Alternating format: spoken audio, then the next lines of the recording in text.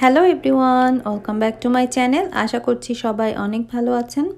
আজ আপনাদের সাথে শেয়ার করছি মাত্র 5 মিনিটে তৈরি করতে পারবেন এরকম একটা স্ন্যাক্সের রেসিপি।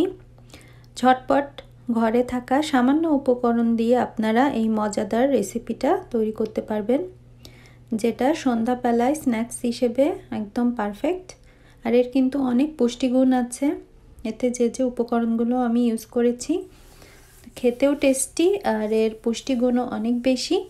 তো আশা করছি রেসিপিটা আপনাদের ভালো লাগবে। ভালো লেগে থাকলে প্লিজ একটা লাইক দিবেন আর চ্যানেলটি সাবস্ক্রাইব করে সাথে থাকবেন। প্রথমেই আমি একটা বলে নিয়ে নিচ্ছি আলু সেদ্ধ।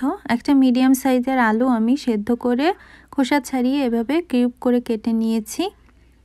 তারপর এখানে আমি দিয়ে দিচ্ছি পেঁয়াজ কুচি। পেঁয়াজগুলোকেও আমি একটু বড় বড় করে কেটেছি। এখন দিয়ে দিচ্ছি আমি শসা কুচি। তারপর দিয়ে দেব আমি টমেটো কুচি। আমি একটু কিউব করেই সবগুলো কেটেছি। আপনাদের ইচ্ছা করলে আপনারা ছোট বড় সাইজ করে নিতে পারেন। এবার দিচ্ছি আমি ধনিয়া পাতা কুচি। এবার আমি এখানে 2 টেবিল চামচ টক দই নিয়েছি। দইটাকে খুব ভালো করে এভাবে একটু ফেটিয়ে নেব চামচ দিয়ে। তারপর এখানে দিয়ে দেব। আর এই রেসিপিতে টক দইটা অবশ্যই ইউজ করার চেষ্টা করবেন, এতে খেতে খুব ভালো লাগে। তো আমি টক দই সম্পূর্ণটুকুই দিয়ে দিলাম। এবার এখানে আমি দিয়ে দেব স্বাদমতো লবণ। আপনারা এখানে ইচ্ছা করলে বিট লবণ ইউজ করতে পারেন। তারপর দিয়ে দিচ্ছি আমি এখানে চাট মশলা। আপনারা ইচ্ছা করলে ভাজা যে মশলা আমরা বাড়িতে তৈরি করি সেটাও ইউজ করতে পারেন,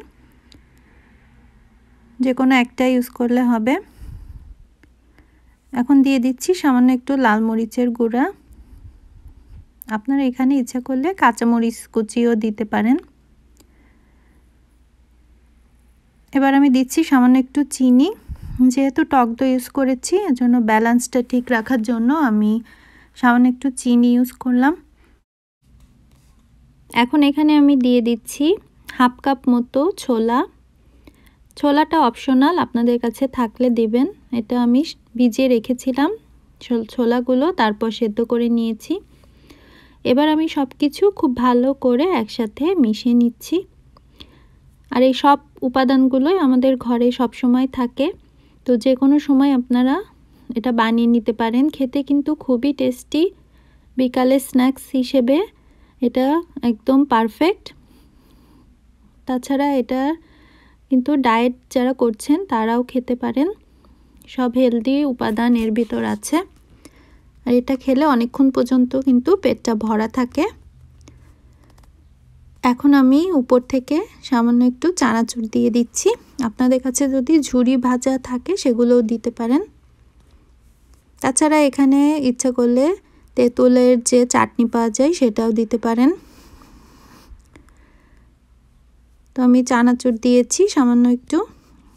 এবার আরেকবার সব কিছু খুব ভালো করে মিশিয়ে নিলেই তৈরি হয়ে যাবে দারুণ মজাদার এই আলুর চাট। অবশ্যই একবার ট্রাই করে দেখবেন, আশা করছি ভালো লাগবে। ভালো লেগে থাকলে প্লিজ চ্যানেলটি সাবস্ক্রাইব করে পাশে থাকা বেল নোটিফিকেশনটি অন করে দিবেন নতুন নতুন রেসিপি পাওয়ার জন্য। এখন আমি একটা ছোট বাটিতে সার্ভ করে নিচ্ছি। এটা দেখতে কিন্তু খুবই সুন্দর, কালারফুল আর খেতে খুবই টেস্টি। ছোট বড় সবাই খুব পছন্দ করবে। এভাবে তৈরি করবেন।